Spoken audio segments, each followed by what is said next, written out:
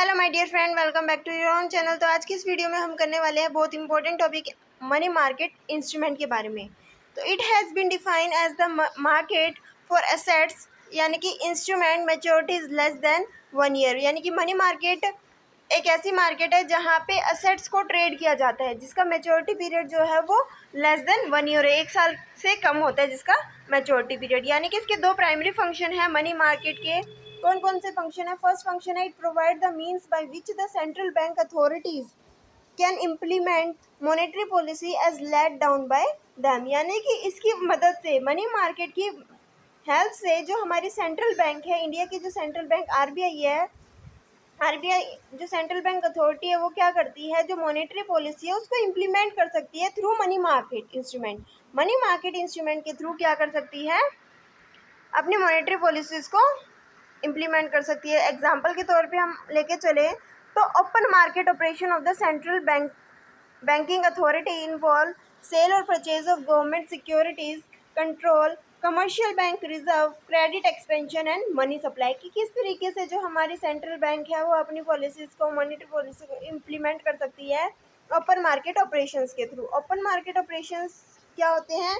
इसमें कहा जाता है कि sale and purchase of government security, जितनी भी गवर्नमेंट की सिक्योरिटीज होती है वो गवर्नमेंट क्या करती है, सेल कर देती है। या फिर कमर्शियल बैंक का जो रिजर्व होता है, कमर्शियल बैंक जितना भी डिपॉजिट एक्सेप्ट करती है वो अपने पास नहीं रखती, वो क्या करती है, लोन पे दे देती है। क्या सारा लोन पे देती है? नहीं, कुछ पार्ट अपने पास रखती है ताकि जब भी डिपॉजिटर आए कैश मांगने तो उनको प्रोवाइड कर सके। ठीक है, उसके बाद है क्रेडिट एक्सपेंशन की। एक जो हमारी कमर्शियल बैंक है वो कितना क्रेडिट जो है वो दे सकते हैं, कितना लोन जो है दे सकते हैं, ये सारी चीज़ें जो है मनी मार्केट ऑपरेशन का पार्ट होता है। तो सपोज करो सेंट्रल बैंक है, ठीक है, सेंट्रल बैंक ने क्या किया, अपनी सिक्योरिटीज़ को कमर्शियल बैंक को बेचा हुआ था, ठीक है। अब जब सेंट्रल बैंक अपनी सिक्योरिटीज़ को खरीदती है तो सेंट्रल बैंक बदले में कमर्शियल बैंक को पेमेंट करेगी। अब जब कमर्शियल बैंक को सेंट्रल बैंक ने पेमेंट की तो कमर्शियल बैंक का जो कैश रिजर्व था वो बढ़ गया, ठीक है। अब कैश रिजर्व इंक्रीज हो गया तो इतने कैश का कमर्शियल बैंक करेगा क्या? तो कमर्शियल बैंक क्या करता है, उसको लोन पे देता है, क्योंकि कमर्शियल बैंक के पास अब मनी सप्लाई बहुत ज़्यादा हो गई है, ठीक है। कंट्री में मनी सप्लाई ऐड होने की वजह से अब कमर्शियल बैंक क्या करेगा, उसको लोन प्रोवाइड करेगा।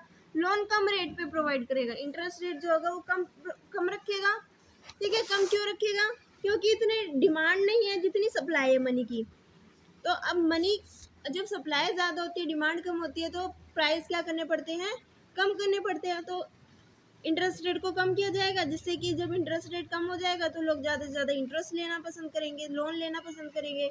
इससे क्या होगा, मनी सप्लाई कंट्री के अंदर इंक्रीज हो जाएगी। तो ये था हमारा फर्स्ट पॉइंट, जो फर्स्ट प्राइमरी फंक्शन था मनी मार्केट इंस्ट्रूमेंट का।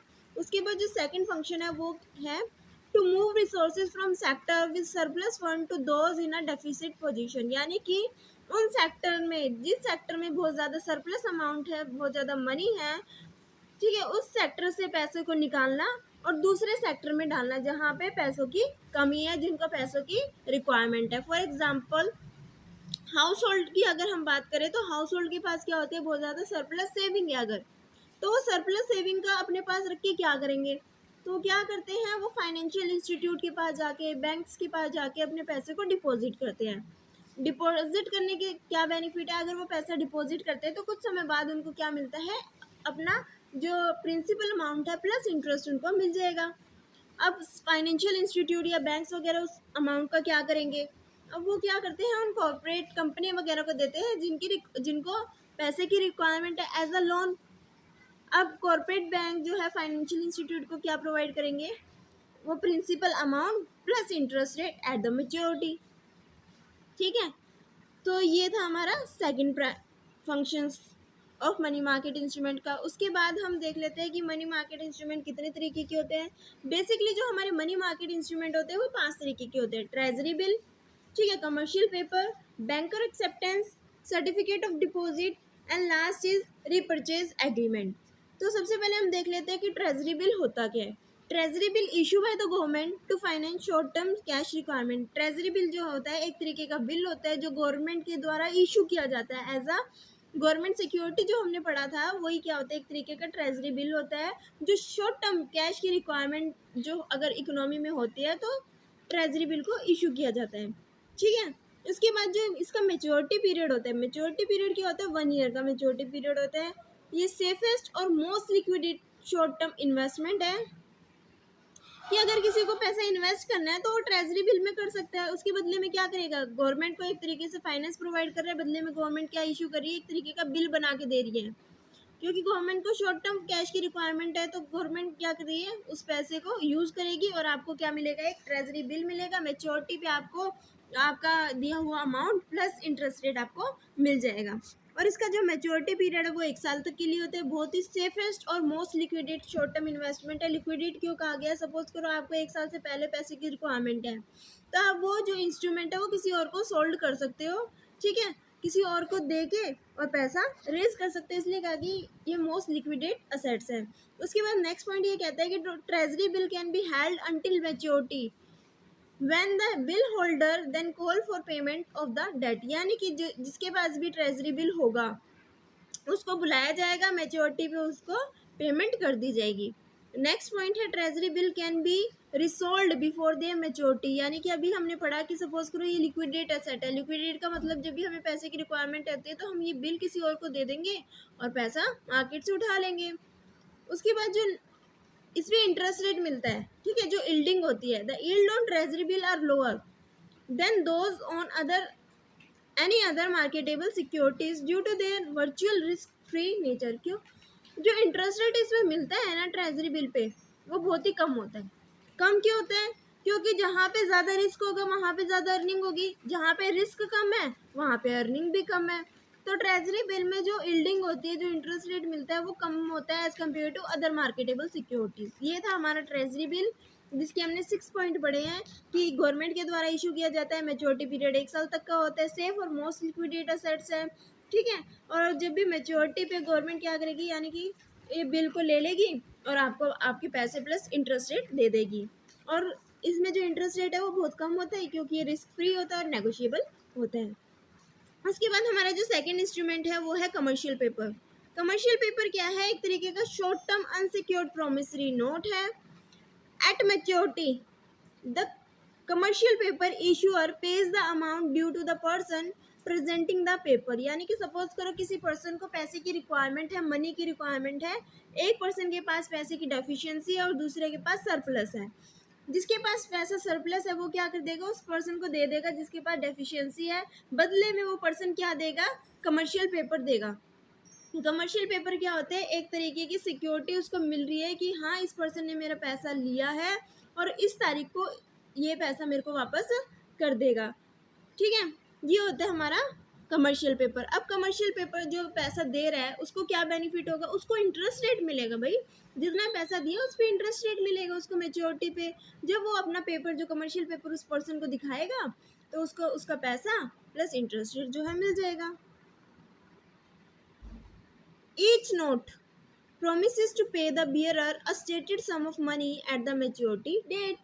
और जो हमारा कमर्शियल पेपर होते हैं ये क्या होता है, नेगोशिएबल होता है। नेगोशिएबल का मतलब ट्रांसफरेबल होता है। सपोज करो हमने 3 महीने या 2 महीने के लिए किसी को क्या दिया, पैसा दिया, एक तरीके से लोन दिया। अब हमें उससे पहले रिक्वायरमेंट है तो हम पैसा कहाँ से लाएं, हम क्या करते हैं, ये इंस्ट्रूमेंट किसी और को दे देंगे, उससे बदले में पैसा ले लेंगे और जिसको वो इंस्ट्रूमेंट दिया है वो उस पर्सन के पास जाएगा, उस पेपर को दिखाएगा और अपना पैसा ले लेगा। यानी कि ये क्या है, ट्रांसफरेबल है।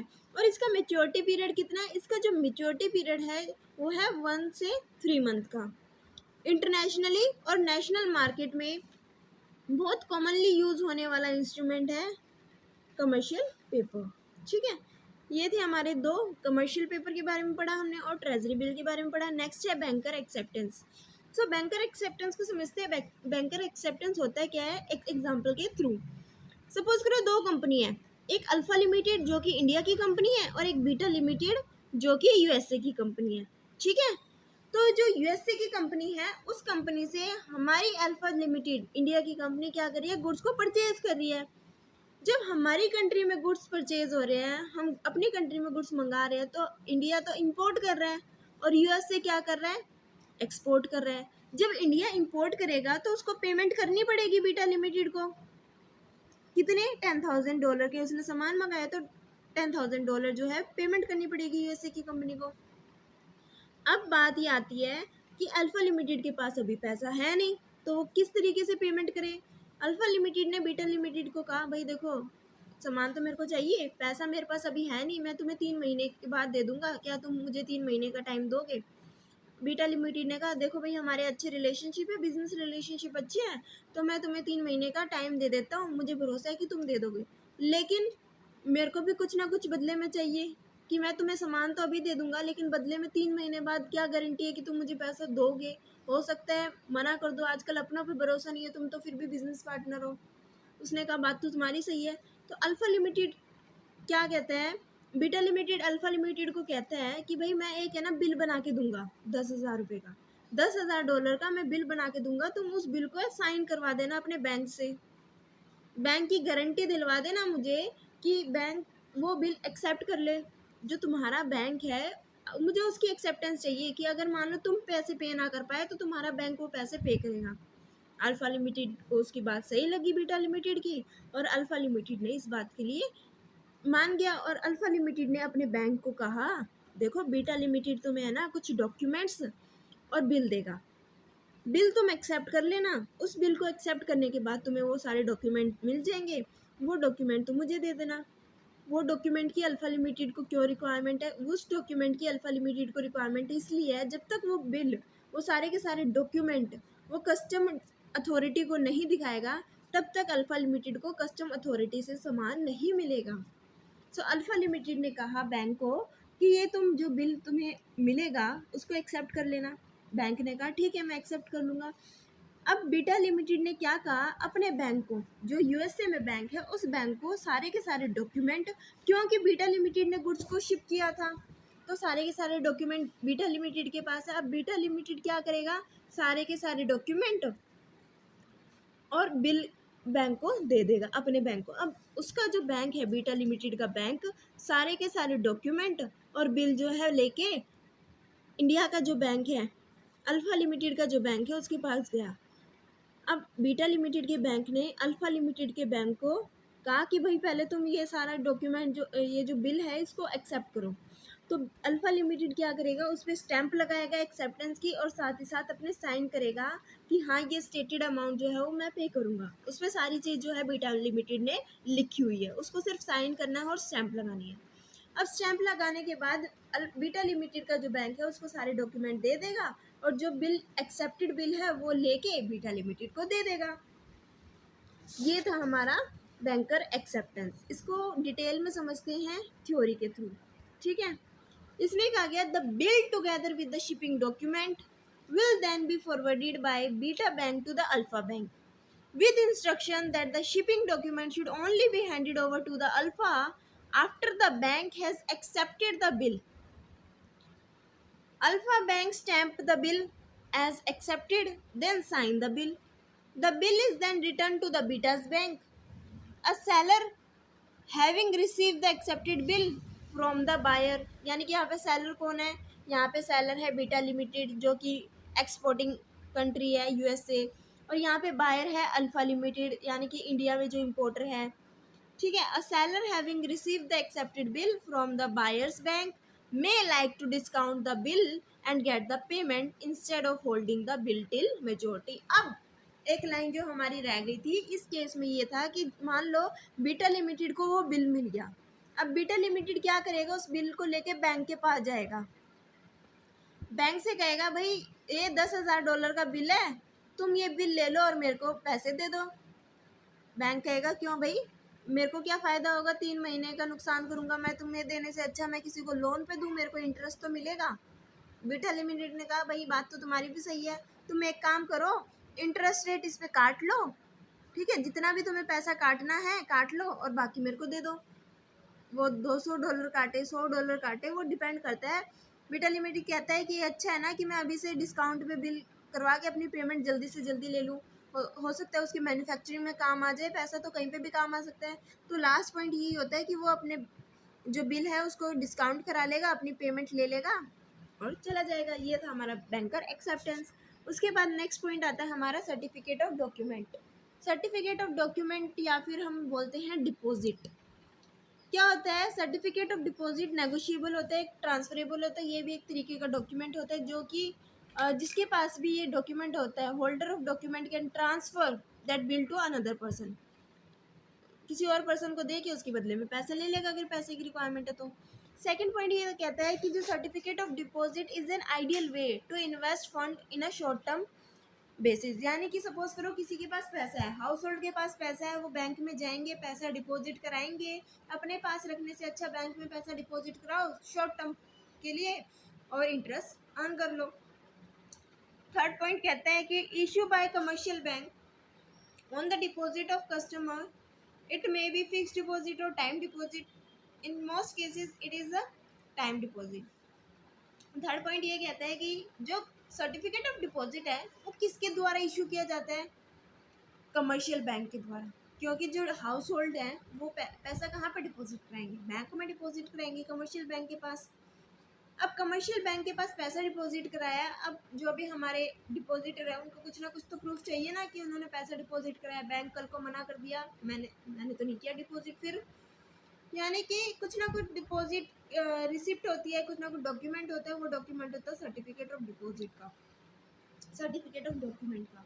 ठीक है, जो पैसा डिपॉजिट किया जाता है वो मोस्टली टाइम डिपॉजिट होता है, क्योंकि जो फिक्स डिपॉजिट होता है वो लॉन्ग टर्म पीरियड के लिए होते हैं, और जो पैसा शॉर्ट टर्म के लिए डिपॉजिट किया जाता है वो होता है टाइम डिपॉजिट। ठीक है, उसके बाद आता है जो नेक्स्ट पॉइंट है वो है मेच्योरिटी पीरियड कितना होगा। इसका मेच्योरिटी पीरियड जो है वो 3 महीने से 1 साल तक के लिए होगा। 3 महीने से कम इसका मेच्योरिटी पीरियड नहीं हो सकता और 1 साल से ज़्यादा का नहीं हो सकता। उसके बाद नेक्स्ट पॉइंट है customer get principal amount plus interest rate at its maturity. ये था हमारा सर्टिफिकेट ऑफ डिपॉजिट।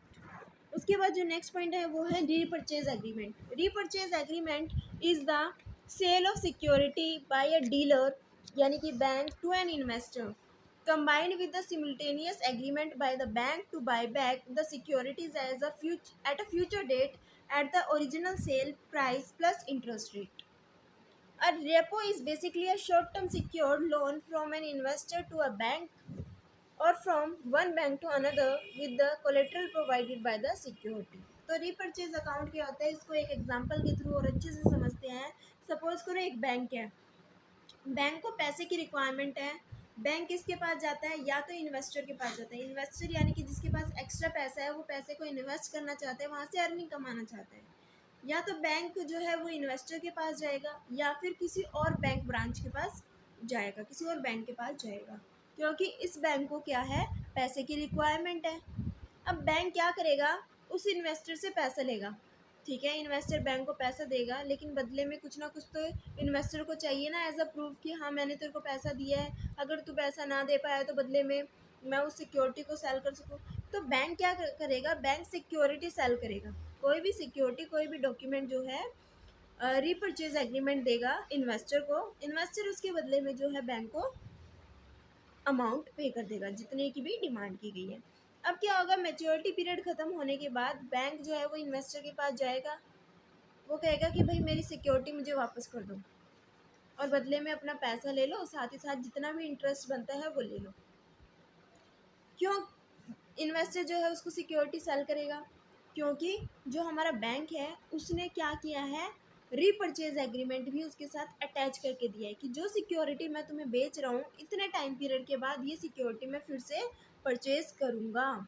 तो ये होता है हमारे रीपरचेज एग्रीमेंट। अपने पैसों को पूरा करने की रिक्वायरमेंट को पूरा करने के लिए बैंक इन्वेस्टर से पैसा मांगता है, बदले में सिक्योरिटी देता है। मैच्योरिटी पीरियड पे जो बैंक है इन्वेस्टर को या किसी और बैंक से जिससे भी पैसा लिया उसको वो पैसा देगा। ठीक है, जो लिया था original amount, principal amount plus interest rate, और बदले में बैंक जो अपनी सिक्योरिटी थी उसको ले लेगा। तो ये था हमारा मनी मार्केट के इंस्ट्रूमेंट। आई होप कि आपको ये वीडियो अच्छी लगी और ये टॉपिक समझ में आया है। अगर अच्छी लगी है, समझ में टॉपिक आया है, तो इस वीडियो को लाइक शेयर और सब्सक्राइब करना मत भूलिएगा। And thanks for watching.